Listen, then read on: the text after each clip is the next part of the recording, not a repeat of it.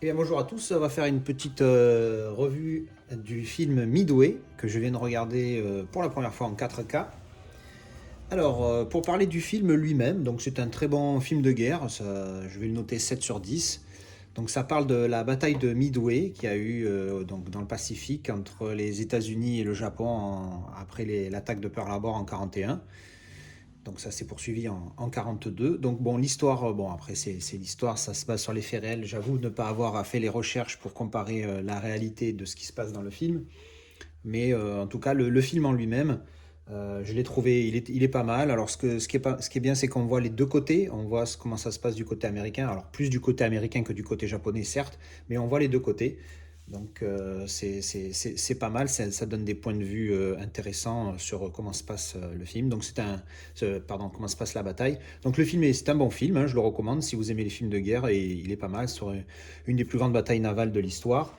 Donc enfin, même si ça se passe beaucoup dans les airs parce que c'est des avions qui décollent donc de leur porte-avions. Donc un bon film que je recommande. Pour ce qui est de la qualité du 4K. Alors, il est en Dolby Vision et en HDR10+. Alors, j'ai testé HDR10+ et Dolby Vision. Donc, j'ai désactivé le Dolby Vision pour qu'il soit en HDR10+ sur ma TV. Alors, dans les deux cas, il y a du grain. Il y a beaucoup de grain, il y a du bruit.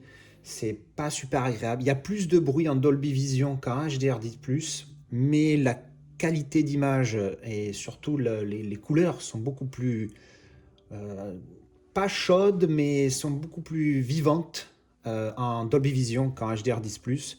Alors même si je déteste le grain et le bruit, j'ai quand même préféré le regarder en Dolby Vision, parce que j'ai fait le test, hein, voilà, je suis revenu, j'ai regardé des scènes. Effectivement, il y a un petit peu moins de grain en HDR10+, mais les visages sont... Les visages, c'est là où on voit le plus de détails hein, pour la 4K. Enfin, à mon sens, en tout cas, c'est là où on voit beaucoup de finesse ou pas. Et donc, j'ai préféré le Dolby Vision que le HDR10+, parce que voilà, sur le HDR10+, les couleurs étaient beaucoup moins belles, on va dire. Voilà. Donc, je recommande plus en Dolby Vision qu'en HDR10+. Par contre, dans les deux cas, malgré tout, il y a du grain.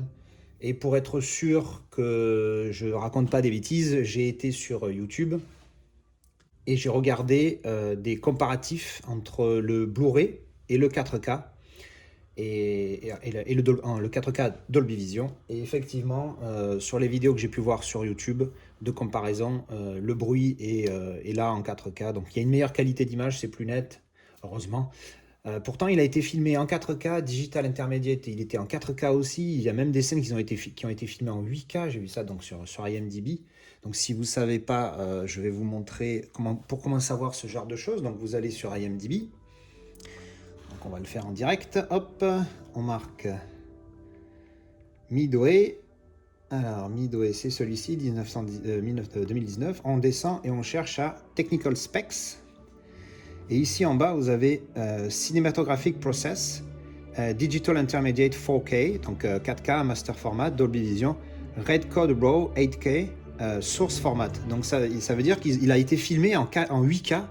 Et pour le coup, celui-là, il a été downgrade en 4K quand il a été sur le Digital Intermediate. Donc c'est l'intermédiaire digital hein, en français.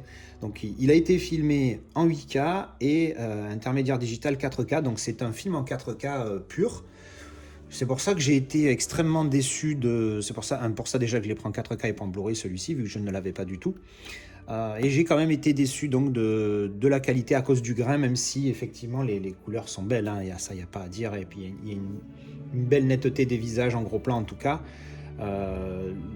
Mais beaucoup de grains sur le ciel, comme d'habitude, c'est là, hein, sur le ciel et dans les fonds qui sont un petit peu flous. Il y a beaucoup de grains, j'étais un petit peu déçu pour ça. Mais en dehors de ça, c'est un bon film, je recommande. Le 4K est quand même pas mal. La comparaison avec le Blu-ray que j'ai vu sur YouTube, oui, le 4K est mieux. Encore une fois, si vous l'avez en Blu-ray, pour le coup, je ne recommande pas d'upgrade pour le 4K, en tout cas pas sur celui-là. Je crois que le seul film que je vais recommander d'upgrade, même si vous avez le Blu-ray, ce sera Jurassic Park 1. Je ferai peut-être une vidéo à ce sujet-là parce que, effectivement, quand j'ai fait le comparatif, il y a quelque chose. Mais pour celui-là, si vous avez le Blu-ray, pas d'upgrade. Par contre, si vous avez ni l'un ni l'autre, ni le DVD ni le Blu-ray, enfin, si vous n'avez pas le Blu-ray, parce que si vous avez le DVD, dans tous les cas, il faut upgrade, le 4K est bon. Voilà. Allez, je vous remercie d'avoir regardé la vidéo. comme c'est original, un chat qui dort pendant ma vidéo.